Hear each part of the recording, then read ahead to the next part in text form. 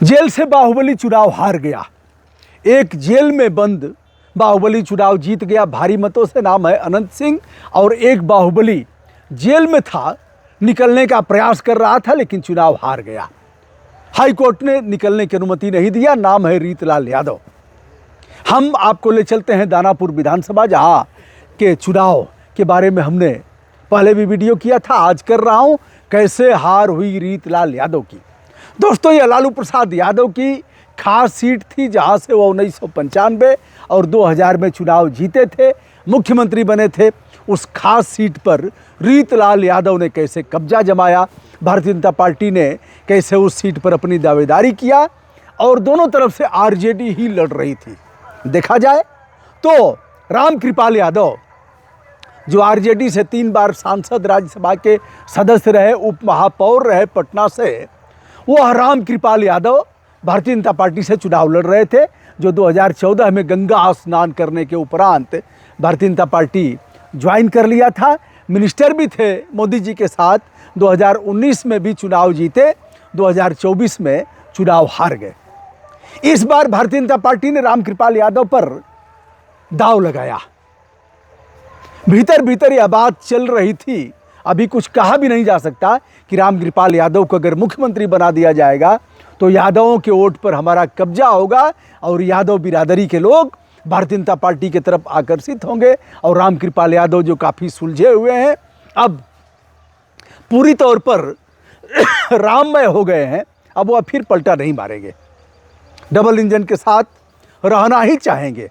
दोस्तों, रामकृपाल यादव को देखा जाए तो यह चुनाव जीत गए हैं, यद्यप की घोषणा नहीं हुई है।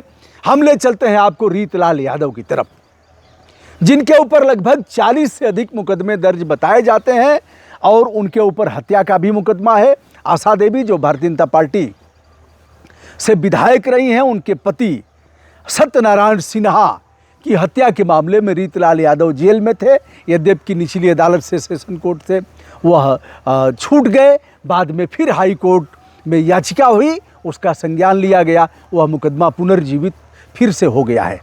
इधर के दिनों में वह रंगदारी मांगने के मामले में जेल में है। देखा जाए तो भागलपुर के सेंट्रल जेल में बंद रीतलाल यादव ने एक याचिका किया था, हुजूर, जिस तरह से अरविंद केजरीवाल को जेल से बाहर किया गया, वह चुनाव में घूमे, पंजाब गए, हुजूर, वैसे ही वही नज़ीर हमारे साथ भी ठीक से फिट बैठती है। अगर देखा जाए हुजूर, तो हमें केवल चुनाव के लिए निकाला जाए। ये हमारा मौलिक अधिकार है कि हम प्रत्याशी हैं और जाकर के हम प्रचार करें, अपने मतदाताओं से मिलें, वोट की अपील करें।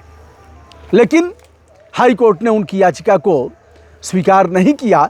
रीतलाल यादव जेल में ही रह गए। मीसा भारती, तेजस्वी यादव एवं लालू प्रसाद यादव ने उनका प्रचार किया।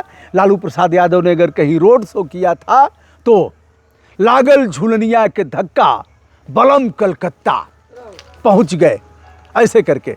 अब लालू प्रसाद यादव के 15 किलोमीटर के रोड शो का भी कोई असर नहीं हुआ। लालू प्रसाद यादव के दोनों ही पट्टे लालू प्रसाद यादव के, एक पट्टा रामकृपाल यादव, जो लालू प्रसाद के अत्यंत निकटस्थ थे। अगर देखा जाए तो 3 बार वह सांसद रहे, 1991, 1996, 2004 में सांसद रहे और विधायक भी रहे। वह अब भारतीय जनता पार्टी के हैं।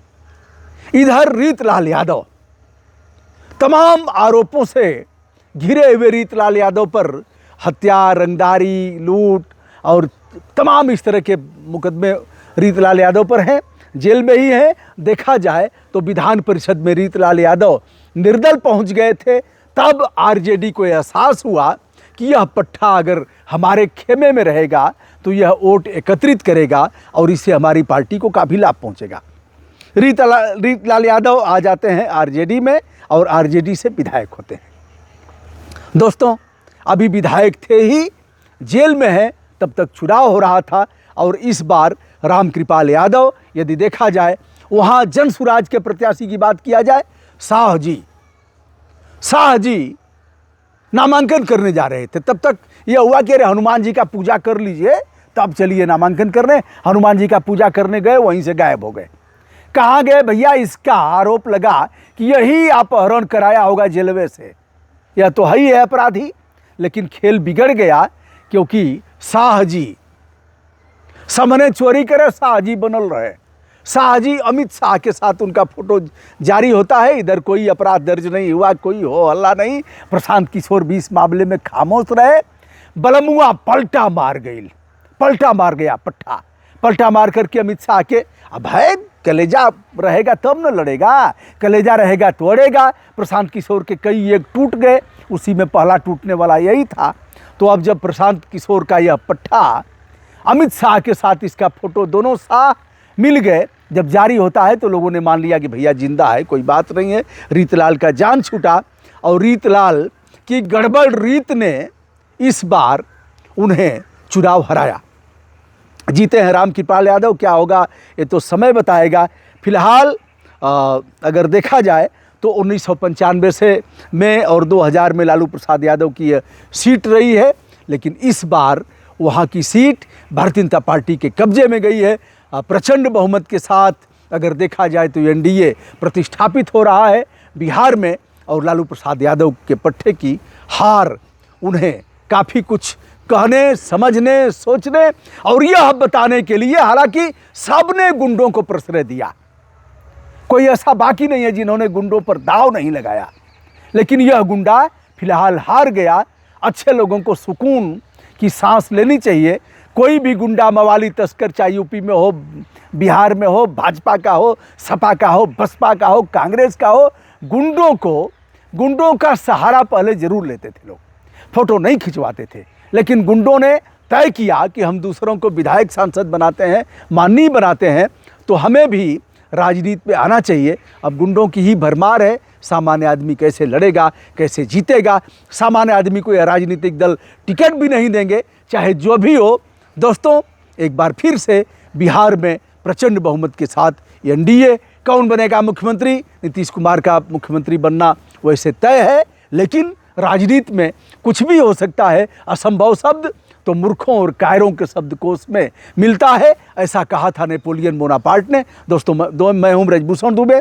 रीतलाल यादव की हार, रामकृपाल यादव की जीत।